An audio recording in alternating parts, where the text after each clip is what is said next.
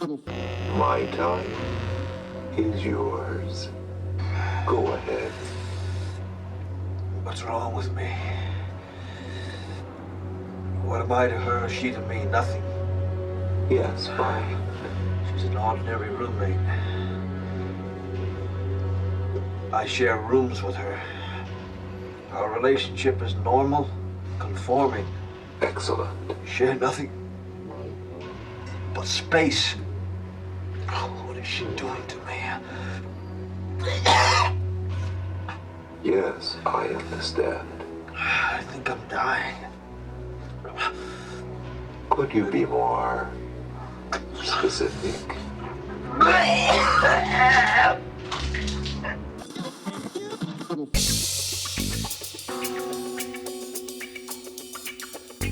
Welcome to the Cinematic Flashback Podcast. Get ready to hop into the Wayback Machine as we journey through the wild, bold, and unforgettable films of the 1970s. Each episode, we break down a classic movie or forgotten gem, seeing how it performed then and now, and wrapping things up by asking, did it groove through the decades or did it lose its beat? I am your host, Chuck Bryan, and today we are reviewing George Lucas's 1971 film THX 1138, starring Robert Duvall and Donald Pleasence. This month, we're focusing on origin stories, zeroing in on two films, THX 1138 and Duel, to look at where George Lucas and Steven Spielberg got their start. And joining me, of course, is Matt Sargent. Matt, how the heck are you? I am well, as you might remember, because we saw each other IRL, as the kids say, just last week. We went out and were able to catch a screening of The French Connection. I really enjoyed watching The French Connection, and I thought that movie hit so much harder on the screen. What do you think? It was a lot better being screened, and it was a lot of fun to see it. We had a good time. So if you guys, wherever you're listening, if you get a chance to go to an obscure artsy theater and they're showing one of these 70s films, go, because it was a blast. We had a good time. Even though The French Connection wasn't William Friedkin's first movie, it was the first movie of his that I remember seeing. And that's really what this month is about. Before Star Wars and Jaws, George Lucas and Steven Spielberg were still figuring out just who they were. And the films they were making looked very different from what audiences would later expect. So Matt, was this your first time seeing THX 1138? Did your brain hurt as much as mine did after watching it? And what are some of your favorite pre-Star Wars science fiction films? So, yes, it was my first time seeing THX 1138. It definitely made my brain hurt. You know, just aesthetically looking at the screen, it's everything's white and everybody's bald and girls and boys, everybody. So yeah, it was a little disconcerting and shocking. My favorite pre-Star Wars movies are definitely The Day the Earth Stood Still. I remember the first time I saw it. I didn't see it when it was released. Obviously, I was like 6 years old or something. I was really interested by it. And then, of course, 2001, Space Odyssey, that's just a classic. And then I just remember Planet of the Apes for dystopian, futures of weird situations. And, of course, you also had Charlton Heston in it. Yeah. You damn dirty apes. Do you know what was amazing about Planet of the Apes is they had made Planet of the Apes into a very short-run TV series, and they used a lot of the same masks and techniques. Prosthetics, thank you. Yeah, and they did a great job with it. Okay, my 5 or 6 year old mind remembers them doing a really good job of it. If I go back and watch it today, it may be really, really bad. But I remember loving that show. I'm a firm believer that, it just needs to be enough to get past your disbelief, right? It doesn't have to be perfect. That's why puppets work, right? Yeah. Puppets are clearly not real, but I mean, if anybody's ever watched the Muppets, there's real emotion in those puppets, right? You have to connect, right? At a level. Yeah. So I totally agree that those prosthetics were really effective, and I think they were groundbreaking at the time. With the whole rubberized face and the moving and the teeth and everything. It was pretty shocking. So You mentioned 2001. That was another film that I had a chance to go see a couple of years ago in the theater. I remember sitting in front of a couple of 20-something-year-olds who were coming to see it because, of course, hey, it's Stanley Kubrick. It's being shown on the big screen. They included the intermission. It blows their mind as to like, what's going on? Are we actually doing this? Is this? And I'm like, yeah, this is your intermission. So go get some more popcorn, go do whatever, but be back in about 5 minutes and you should be good to go. Okay, Matt, getting feedback can be great, but getting criticism can be hard to take sometimes. And we recently got some feedback that, well, it stung just a little bit. Hey, well, when you ask for input, you got to expect it to sometimes be good and maybe sometimes give us a mid-course correction. So Sure. We got a little feedback from a fellow Phil Crocker1 who found our Clute episode to be uninformative. Ouch. And left us 2 stars. Oof. Yeah. Here's what he said. Clute is my first episode, except for the neat comment on Clute gradually bringing light. All you did is recount the story. Saying whether you liked it or not is boring. You're not Saris or Kale, and so why should we care? A young person watching the movie will easily understand the use of answering machines. An extended riff is totally unnecessary. Much better would be a history of the development of the film in terms of script, actor, director choices, critical responses, than in the fullness of time and in any actual unique or insightful insights you might have. P.S. A role can never in itself be an Academy Award role. Fonda nailed an extremely challenging character, and most, if not all, other actresses would have failed.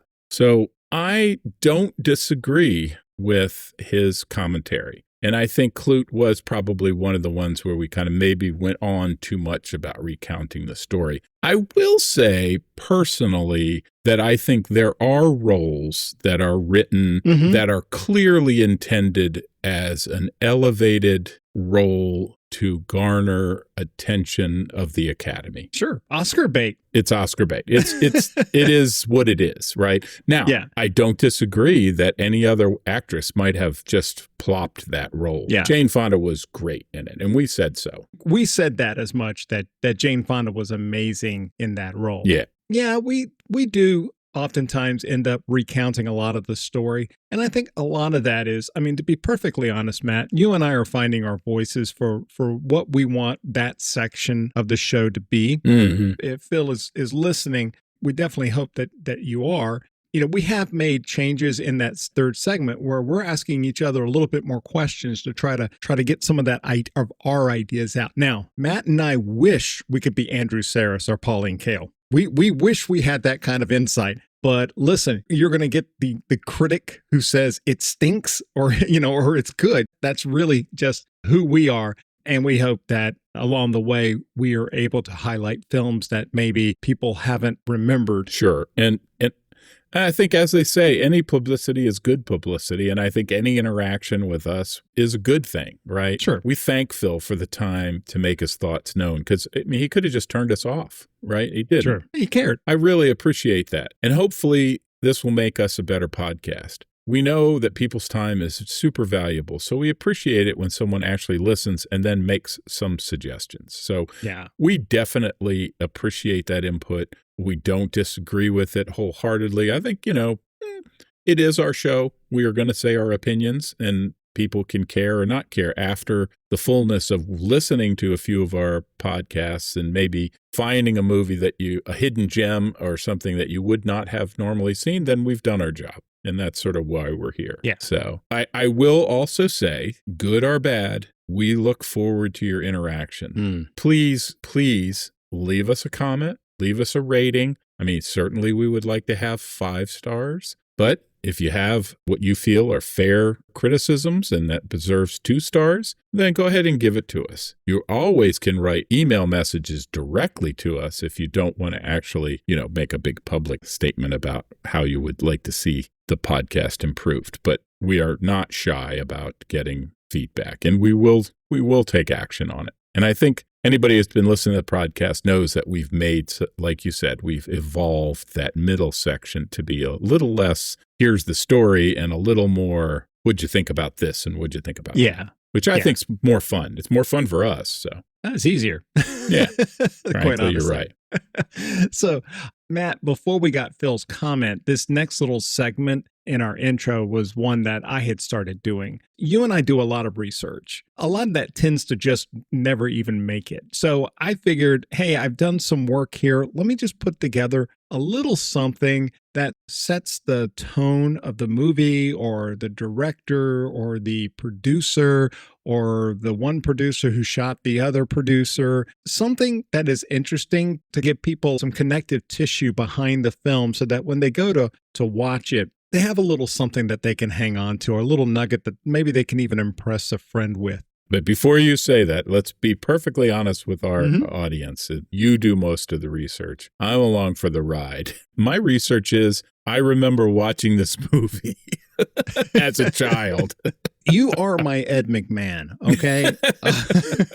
You bring the fun and the color commentary, as I think you once said once upon a time. So I do like this section that you do because it does open a lot up for me and learning about the different things. And then once you're open to some of that stuff, I will tell you that I was listening to something and somebody's making a comment about how George Lucas saw this crazy student film out of Canada, which led him to come up with this whole idea of the Force and stuff like that, which is just so cool. So very, very cool stuff. So, well, George Lucas, getting into him as a filmmaker, he didn't start off dreaming about Hollywood. He's just this kid from Modesto, California. Now, Modesto, not a very big place, but his dad was very prominent there. He owned a stationery store, and he hoped one day that George would grow up to take over the family business. But when you're a young teenager, you don't want to go into stationery.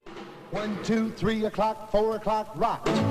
George's passions was in photography and cruising the streets on Saturday night, chasing girls and listening to rock and roll. What he really wanted to be was a mechanic. This is one of those strange stories where something has lined up. One of the people that he meets in the racing circuit is a guy by the name of Haskell Wexler, who is not only a race car driver, but he's also a cinematographer.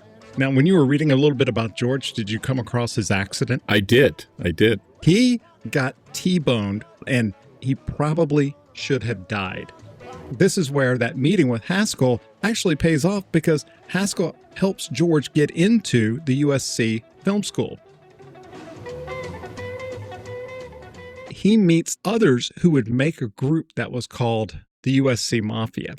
I want to take just a little bit of a side to go through and list some of the other members. Not only was it George Lucas, John Milius, Howard Kazanjian.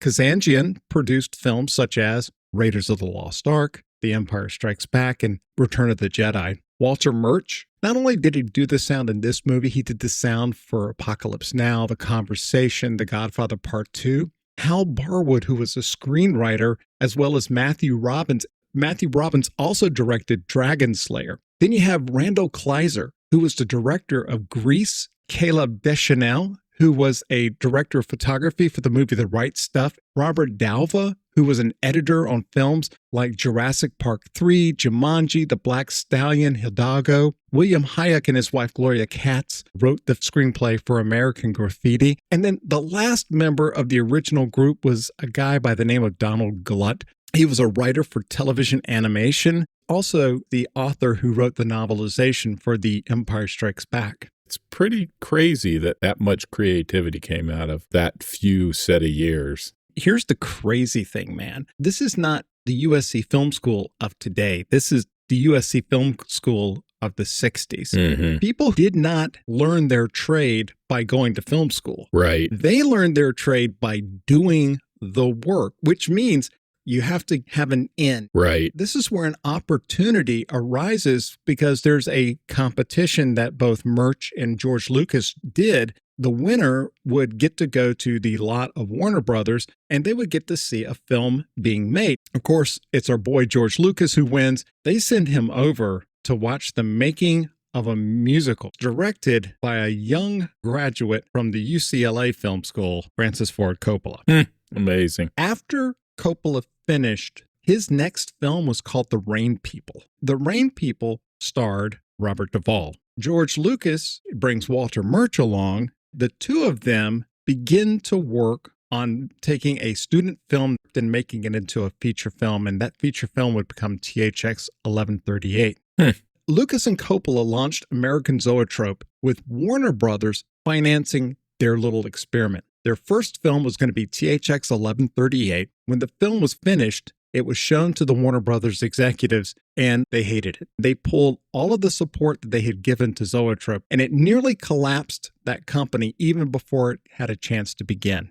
The irony is that The Godfather was right around the corner, and the benefactors of that wasn't Warner Brothers. It was another studio we've talked about before, Paramount, with Robert Evans. And Lucas learned a very important lesson. It proved to him that he is able to build and create worlds. What it doesn't prove is that he can actually reach and connect with an audience. He goes back to his Modesto roots, those Saturday nights where he would spend cruising the streets and chasing the girls and listening to rock and roll. And he makes a movie called American Graffiti. And that film is a smash hit. And his next film is Star Wars. That's amazing. It's so weird to hear the story of these guys as they're coming up. I bring my view of it as a young person in the 1970s. I was just part of the audience. I do not remember THX 1138, but I sure remember American Graffiti, The Godfather, and of course Star Wars. As a young person growing, and then these movies coming one after another, and seeing these just the whole entertainment industry change right before your eyes. It was great to be a young person during that time. Well, I think we are ready to get into the production details, but first we need to take a quick break. It's a cinematic flashback. Let the show begin. All Earth Council, in its infinite wisdom, has decided these two numbers are to be disposed of. The Biochemical Forum has demands to make on their parts, however, before they are eliminated. That's the kind of efficiency that makes you proud to live in this era.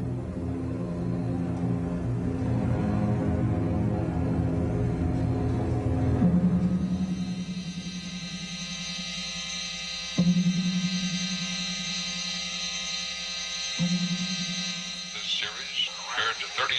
You're overrunning again. And just back off THX 1138. You have asked, are we happy?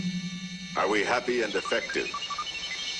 Consultation with leading experts in the field makes it perfectly clear, that we are all now programmed for perfect happiness, perfect happiness, perfect happiness, perfect happiness. 1138, what tracks? Are they all right? What did they do to you? There are, of course, occasional technical or electronic errors in programming and or surveillance which produce perverse exceptions. I'm going to have a child. First, they start skipping prescribed drug dosages. Then they begin touching, then indulging in various sexual acts. And the ultimate perversion, love. For such extreme psychobiological misfunction, only isolation will do.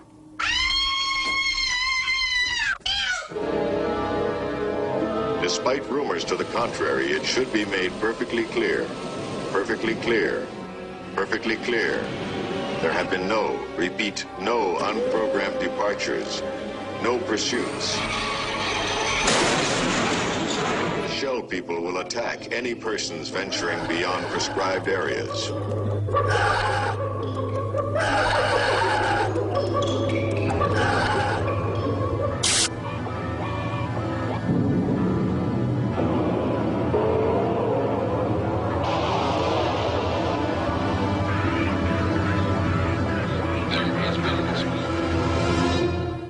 Welcome back. Let's get into the production details. THX 1138 was released on March 11th, 1971 and was distributed by Warner Brothers with a running time of 88 minutes with a budget of $777,777, and I'm not making that number up. It took in $945,000 during its initial run. George Lucas's first film was a commercial failure. The film was re-released after Star Wars and in 2004 after the director's cut was released, eventually bringing in $2.4 million. The screenplay was by George Lucas and Walter Murch and produced by American Zoetrope.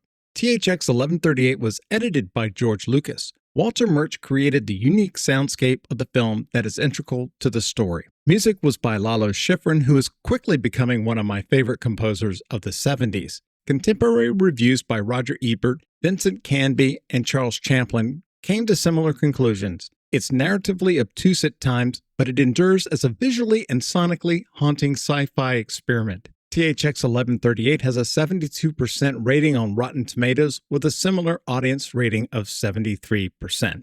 Let's talk about this cast. Yeah. Most notably, Robert Duvall. He carries the whole film on his shoulders. And I mean, Robert Duvall is an amazing actor. Right? Yeah, he's really, people remember him as a good actor, but when you see him act in a film like this, be prepared for a film that is probably not like many other films you've seen. Robert Duvall, obviously, as I said, was a great actor and appeared in many things. And of course, he was in To Kill a Mockingbird. He was in the theatrical version of MASH. He was in The Godfather as the consigliere, and The Outfit, The Conversation, Apocalypse Now, where he was amazing, and The Great Santini, where he was also amazing. I had almost forgotten that he was Frank Burns in MASH. Yeah.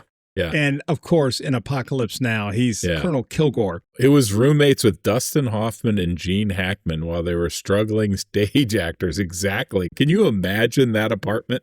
I can't imagine what it was like when Gene Hackman drank the last beer and Dustin Hoffman comes in. I mean, like, what is that argument like? That would have been hilarious. Well, playing SEN 5242 is the great actor Donald Pleasence. Crap. I've been calling Donald Sutherland Donald Pleasence all this time, and now the first time I have a chance to call Donald Pleasence, I call him Donald Sutherland. Oh, okay. Forgive me for that contrivance.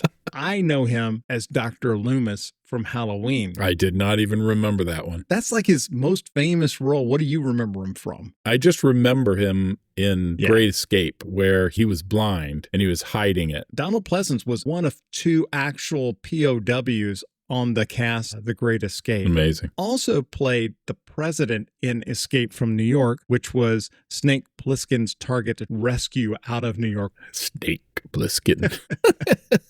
But we would see much more of Donald Pleasence, but somebody who we would not see anything else from again would be Maggie McComey, who plays LUH 3417. She decided that after THX 1138, she wasn't going to pursue a film career. I think that's a sad story. I think she did a good job. There is a promotional on the making of THX, which shows them getting their hair shaved. So they did this out in public. It's always hard. You could tell Robert Duvall, well, he's already got a big bald spot up there. So for him, it wasn't that much of a difference. But for Maggie and for a couple of the other female actresses, it's very hard. It's hard to watch because you can see them crying. Yeah, it takes some years to grow it out again. But I think it's also noteworthy to realize that LUH is kind of the prime instigator of the entire film. She's the one that decides she's going to stop taking some of her sedatives, and in so doing realizes she has feelings for THX and decides that she's going to switch his sedatives out so that he can experience emotions as well.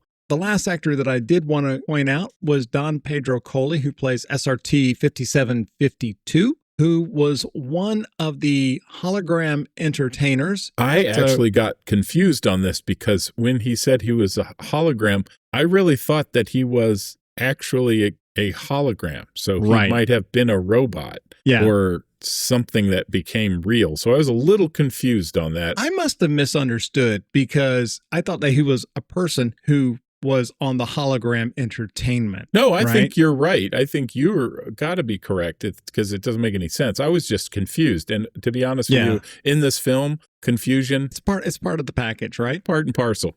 I really liked him, though. He was a great character. He was great. And he actually comes in at the end where, honestly, the third act, it starts to pick up and some action happens. But one piece of trivia that I wanted to point out, this film predicted separate channels for violence, sex, comedy, and news. Huh. Matt, why don't you go ahead and give us a synopsis for THX 1138? So I think this is straight off the back. It is. But I'm just going to read it for you because it's not bad. It's not bad.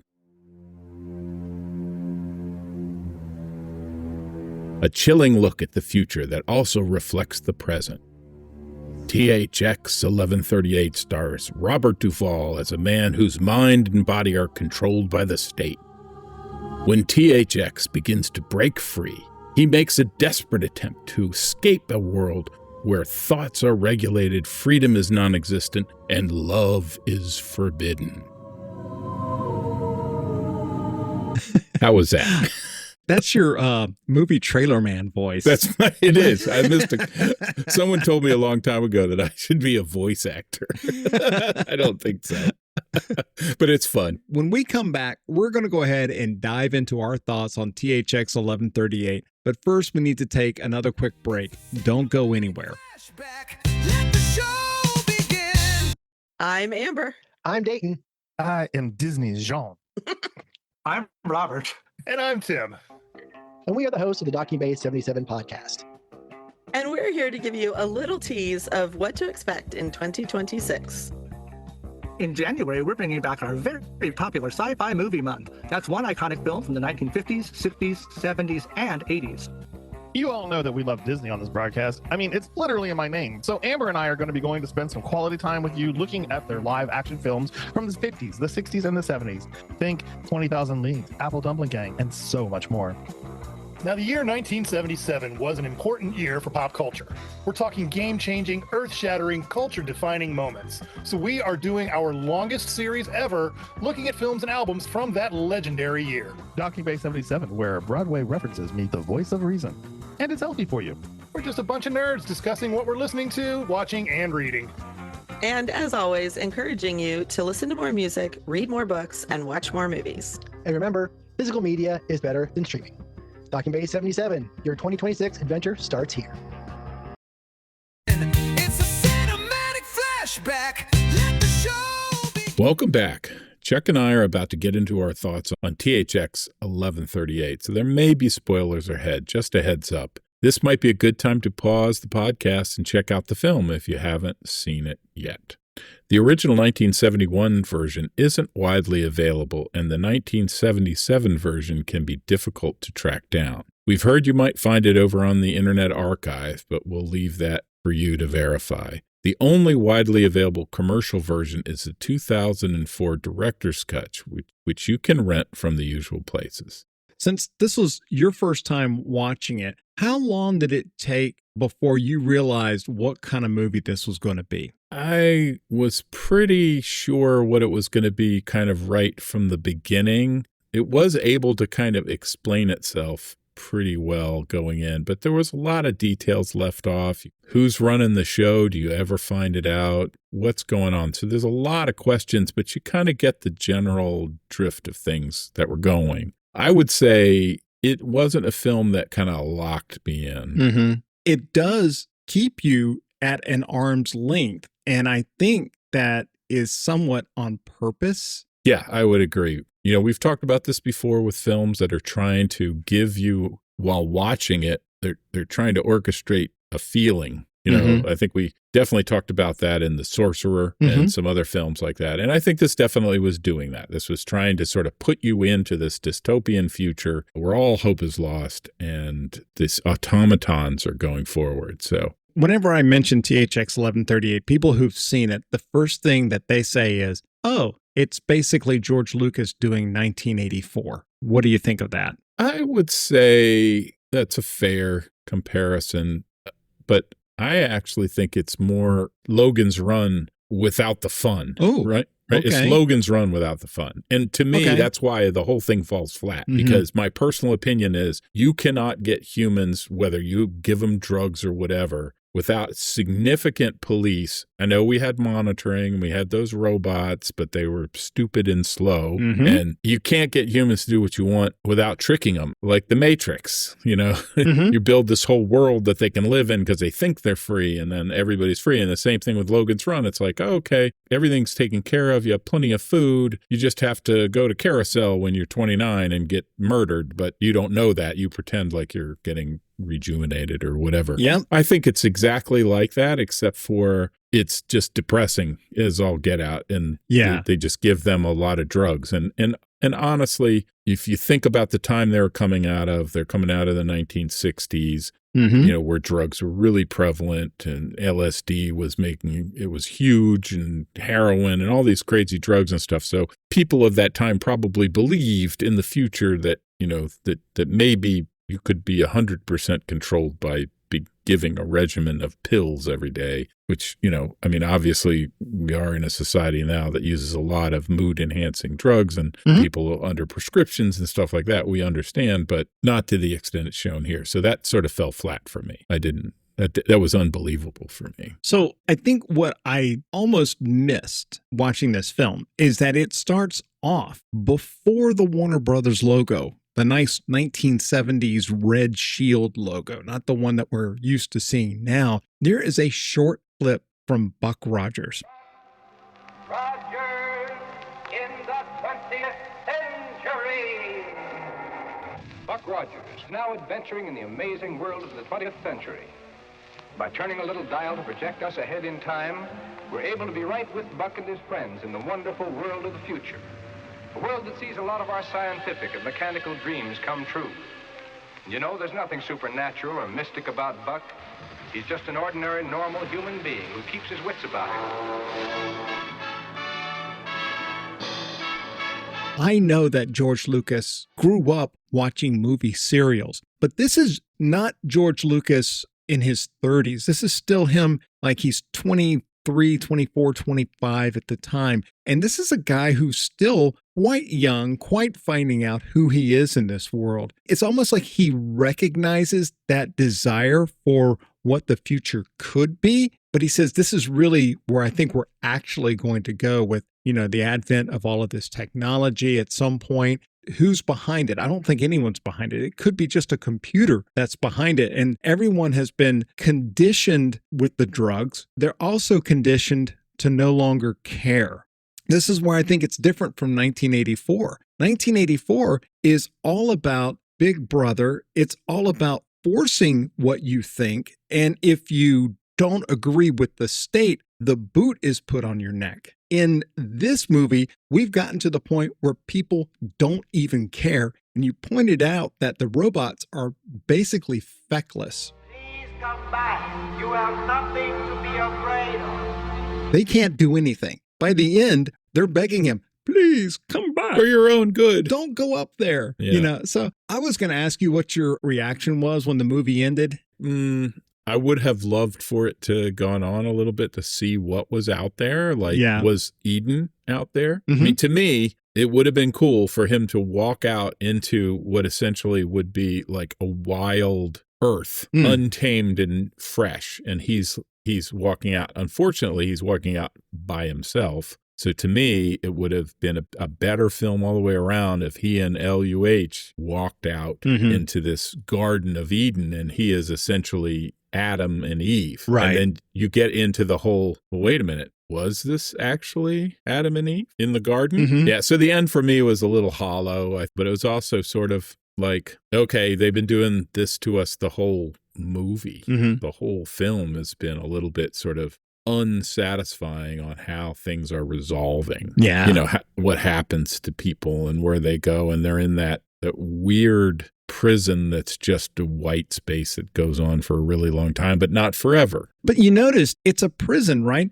But there are no doors. It's unlocked. All you have to do is have that hologram guy, SRT, say, no, look, right over there. And then they walk past wherever he was pointing at. I think SEN said, hey, nothing happened. Yeah. Well, the other part about it is, if you recall, at the end, You had the shell dwellers. Mm-hmm. Now, at no point while THX was running from the robots was there any door he went through. He just kept running, and then he got into a pipe, and then he gets to the shell dwellers. So I'm like, why aren't the shell dwellers coming down into this area? Maybe that's the number one job for the police. It could be. The other thing, I will just give you my other criticism on this whole thing is when he's less drugged, he's less good at his job, which that was weird, right? Well, can I ask you a question? Sure. Why do we give people ADHD medication? Oh, yeah. No, I get it. And what happens when, focus and stuff like that. Okay. Yeah, I'm sorry. I didn't mean to interrupt you, but that's how I interpret. No, it's fine. It was a conversation. I would just say that was weird that he gets less good at his job. I would have thought they would have downed the drugs and he would have been like even better at his job. And also, having a relationship with LUH and all these things are going well. But of course, it's the opposite. But the other thing that gets me is, so you're putting together these robots that have a nuclear powered head. Don't you think those robots would be better putting together the robots than drugged humans? Why is that? To me, that was just like, what are the humans for? They're now the redundant. Humans are there. They're there to make their captors. Yeah. Right? Well, move into Logan's Run. Everything is done for you. So now you are a leisure class, and we have to do something to get rid of you because now you're a leisure class consuming until age 29. Then we're going to zap you in the carousel. So to me, it's like, oh, that's the beginning of Logan's Run. They just haven't gotten to the point where the robots are making the robots yet. Yeah. We don't have Box yet, right? Yeah, we have Box. That was a little bit of a throwback. There we go. I loved him, though. Oh, Box? Okay, yeah. Box is classic. Go back and listen to our Logan's Run as we talk about the incredible robot Box. He's amazing. So something I thought was really interesting was this confessional. It's almost like you're talking to a priest, but really you're talking to a recording. Yeah, that was with funny. the image of Christ, and the voice comes out and it's going, yes, and how did that make you feel? It's just, and they do this a couple of times, so you get to hear it. But then he ends up by saying something along the lines of, work hard, avoid accidents, buy more. Yeah. I don't know if you notice this, because it's like there's a lot of stuff that just happens. There's one scene where THX goes into some store and he buys this, like, or I'm assuming he goes in and he's like looking, and he comes out with this red, what is it, like a dodecahedron cube or something like that. And then he puts it on the table when he gets back in. And then at some point he turns right around and just puts it into the disposal. Yeah. Okay. Yeah. So we're just buying stuff to throw it away because that's what we do. And where would you put it? I don't think there are any shelves in the house. No. Well, and like you said, everything in this film is white. Yeah. Everybody has no hair. Any kind of individuality or humanity is pretty much stripped from them. They used a lot of extras from this Synanon drug rehabilitation facility where everybody already had bald heads as part of the treatment. Oh. Guess what? They turned out to be a cult. Oh. Later. I think I saw a documentary or something on that because they were in like a mansion or something. Yeah. Oh, that's crazy. Yeah. So that was crazy. So I think we've kind of hit on a lot of stuff here. One of the things that in George Lucas's, when he was at film school, a lot of the types of student films that he would make is what they called tone poems. The idea here was that the narrative was not really important. The character development wasn't really important. It was more of this mood and aesthetic that drove the film along. I think when you look at THX 1138, it feels a lot like that. The characters, for me, I don't think were ever really developed at all. That's a criticism that people would level at Lucas for years. I always have a hard time when you criticize character development on something as short as a movie. I think it's probably this movie earned him that reputation of not having a lot of character development, and people just kept that criticism on through. But when you're dealing with characters like in Star Wars or in Raiders of the Lost Ark and things like that, where, they're playing an archetype, right? Oh, good word. They're playing a hero. They're playing the Western hero. They're playing the sage advisor. You know, how much development do you get from that, right? And maybe that's why it's hard for us with something like THX 1138, because none of these characters fit an archetype, right? Yeah. Yeah. You always feel like maybe they've been purposefully held off at arm's length. It's hard to really connect with them.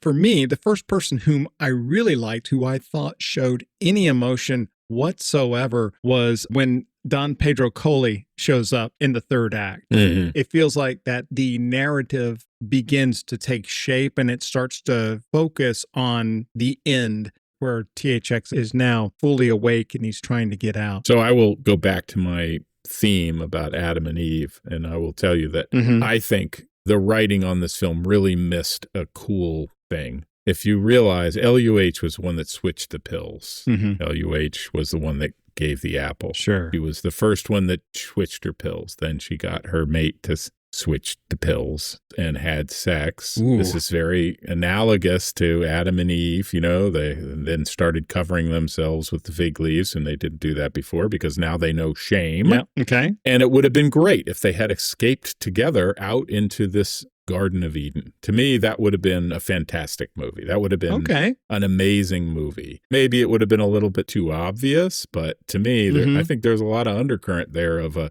that sort of thing. I did think that the fate of LUH it kind of hit hard. No, God, it was horrible. Let's not share that. We'll leave that for folks to explore. Leave that for an exercise for the readers. Since we did talk about George Lucas's youth and his obsession with speed and cars, what did you think of those Formula One racing? Oh, yeah, those were cool. And they were driving them all around with the little bubble thing. Yeah. The funniest scene of the whole movie is SRT trying to get into one of them. He's a tall man. Yes. He's physically just big, not fat or anything, but just big. I think they must have taken the seat out of that car to get him in there, because I was watching it going, he ain't going to fit in that. And then you see his head drop down. There's lots of shots in here. And I'm going to say that if you watch this movie, what you have to watch it for is not the story. Yeah. Okay. I think the story kind of comes with. What you're really looking at is you're looking at George Lucas. You're looking at how he's positioning the camera, how people are pushing buttons. And in your mind, you start to think, oh my gosh, that's like when they push the buttons to light the Death Star laser. Or you hear these sound effects that are happening. And in your mind, you're going, wow, this sounds a lot like, the land speeder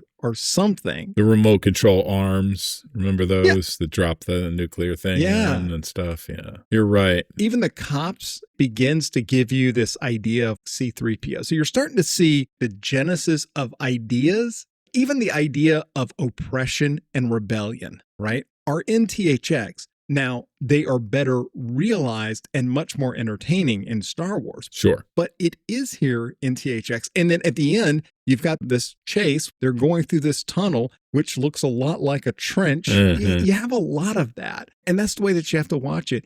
Yeah, I 100% agree. Yeah. I'm not sure if you paid too much attention to the sound design in this film. Report all decibel surges in excess of 1 point in yellow zone section for longer than 3 minutes. Jet acceleration must not exceed. It was definitely an aesthetic feeling that was with you through the whole film. But as anyone who's listened to this podcast knows, I appreciate that aesthetic, but I don't recognize it for the genius that it might be. So. Yeah. At one point, they were editing at his house. George was editing during the day. Walter Murch would come in at night, and they started developing their own language. They would say, hey, could you hand me reel 2, dialogue 2? Well, saying reel 2, dialogue 2 took a lot of effort, and they decided to shorten that down. They would say, hey, give me R2, D2. And that name came up later. Oh, that's cool. That's very cool. In the chase scene, someone says, hey, I think I just ran over a Wookiee. There was one other actor I wanted to ask you about. Johnny Weissmuller Jr. I thought it was so funny. I was looking forward to seeing Tarzan's son, and he was one of the robots. He had a gold helmet on the whole time. That's actually amazing. No, I was going to say that, again, this is like one of the things for why you watch credits in 70s films, because this had the first on-screen credit of David Ogden Stiers, who you might remember from the TV show MASH as Major Charles Emerson Winchester. Stiers the third. Yeah. And also Cogsworth in Beauty and the Beast. Finally, in the We Wish to Thank section, Haskell Wexler's name is there at the end as well. Oh, that's nice. And they also thanked BART, which is the Bay Area Rapid Transit. Yes. So that's the subway system. So they must have filmed some of that tunnel scene in a not yet completed tunnel or an abandoned tunnel, because they do build those sometimes. So that was cool. Yeah, yeah. We need to take a quick break, but we'll be right back. It's a cinematic flashback. Let the show begin. It's a cinematic flashback. Let the show begin. Welcome back. I think we're about ready to ask the question. Did THX 1138 groove through the decades, or did it lose its beat? Well, I don't want to be too harsh, because here's the real thought. I wish I listened to this podcast before I saw the film, because I feel like I would have enjoyed it more knowing some of these details and looking for them. So I could go back in time and watch it the first time after listening to this podcast. I'd probably enjoy it more. So that's a shout out to our listeners, that if you're going to get one up on me, because you'll be prepared to better enjoy this film. I felt like it was an unfinished film. Yeah. It was rough around the edges. I thought Robert Duvall did an amazing job. I also thought the female actress was amazing, and I'm really devastated that she didn't continue her career, because I think she had real potential. She had a very unique look to her. She's freckle-faced and just really very, I thought, really good on screen. Sure. As well as Donald Pleasence, who was also an amazing actor and was great in this film. But it just felt like it was just one of those ones where it's like, okay, I got the message. They're drugging the people. Let's move on. So the whole second act to me was like, are you kidding? Are we marking time here? Let's move it along.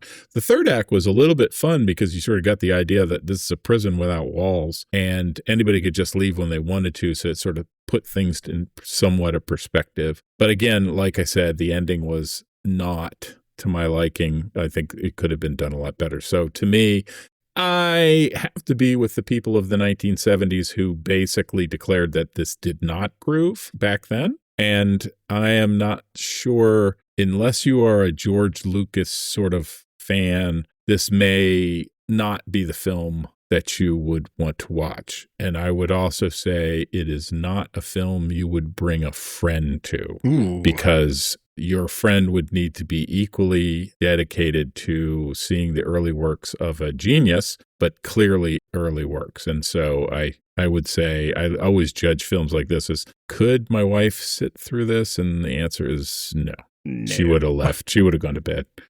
So that's what I think. What about you, Chuck? I think you might have had a much more positive impression of this film. Well, I think I've had a little bit more time to think about this one, but also too, I also realized, Matt, I'm coming from having read 2 books on George Lucas, so there's a lot that I'm already bringing to the table. So the lift is different for me than for you. Your reaction is probably a lot more honest and raw, because it's not tainted by a lot of outside information. It's an everyman opinion. I would agree with that. Or every person opinion. Well, George Lucas's first film is a giant concept, and it is swimming in some of the same waters as 2001: A Space Odyssey. It's less of a traditional narrative and much more of an experience. And just like 2001, you're going to end watching this film asking, what's next? But that's not really the point. Kubrick was exploring the next evolutionary step of mankind, shaped by extraterrestrial force. Lucas is doing something different. He's showing us a man who is choosing to leave a system, a prison where there are no gates, where even the dreaded robot police turn out to be powerless. THX 1138 is a bold vision from a 24-year-old filmmaker who clearly has something to say. I just don't think many people were listening at the time. What we're left with is an interesting artifact, maybe Lucas's most honest attempt to tell the kinds of stories that he wanted to tell. And he would learn from this. He would repackage all of these ideas into Star Wars. The film didn't groove when it was released, and I don't think the average moviegoer would feel any different today. But I think the film is absolutely astounding, especially coming from someone that young. Technically, it looks incredible. The sound design is fantastic. And for a film released in 1971, it still holds up remarkably well. So for me, this one grooves. But Matt, I'm going to admit, this is going to be the kind of film that a lot of people are going to say lost its beat. And my spouse also would not have made it past the first 5 minutes of this film before checking out. Yeah. So, I mean, I do agree with a lot of your points, and it was pretty shocking for a movie released in 1971. I don't disagree with your take on it, but I can see why it did not really smash at the box office. Definitely. And I mean, Warner Brothers, it scared them to death with what investments they were making into American Zoetrope. They lost money on this film, but they lost even more money by not having The Godfather in their stable. That's being careful and shooting yourself in the foot, which is, Sure. I really think back about one thing about this film, which I think is remarkable. At this point, Robert Duvall was a big time actor, right? He wasn't small time. Was he? Well, I mean, he was moderately. He's certainly bigger than a 23-year-old director. Let's put it that way. So can you imagine a 23-year-old director directing Robert Duvall in this film? To me, it's pretty remarkable that Robert Duvall probably listened to this guy and went, okay, this guy's got it. And I don't get the film, but you know what? This is going to be my ticket. Robert Duvall in Rain People, he wasn't the leading actor in that film. Right. For him, THX 1138 was the first film where he would become a leading actor. I think maybe it was his relationship with George from Rain People that actually transition that in there. So I'd always be curious to see what he thought about the film later, but I don't know. Yeah, it would be cool to know. I guess my point really is maybe if he wasn't or was a big actor, he certainly was going to go on to be absolutely a huge actor. Monster guy. But if you think about it, he met this young kid on this crazy movie, Rain People. Rain People. And then gets into this movie, which is clearly crazy as well. But he's like, this guy seems like he's got it, so I'm going to stick with it. You have this connection of all these people, like you have Francis Ford Coppola and George Lucas. I mean, there was a lot of money. A lot of investment. Yeah, what a friend group. And that it's no accident that Robert Duvall is in so many movies by Francis Ford Coppola in the 70s. He was in Godfather, Godfather Part 2, The Conversation, Apocalypse Now. And those are the 4 big films, I believe, of Coppola in the 70s. So, there's a lot of, what is the word, loyalty there. Yeah. So, well, Matt, that wraps up our coverage on THX 1138. As part of our Origin Stories month, we're looking at where these legendary directors began, and next time we're shifting from George Lucas to Steven Spielberg. Our next film is his 1971 television movie, Duel, and yeah, it may have started as a TV movie, but it's also a huge early step in showing just how well Spielberg could build tension and control an audience. Matt, have you seen Duel before? I have not. You're going to love it. So be sure to come back as we hit the road and find out if Duel still grooves to the decades or if it loses its beat. Thanks for tuning in. Let us know what you thought about THX 1138. You can reach us at cinematicflashback.com. Don't forget to leave us a rating and a review. It just might get read on the air, good or bad. If you enjoy the show, help us grow by sharing with your friends and neighbors and anybody else you know on the internet. Join us next time as we hop back into the Wayback Machine and head once again to the 1970s for another classic. We'll see you then. Cinematic Flashback, baby, we'll take you there. Remember, an interval overdose may cause a serious chemical imbalance.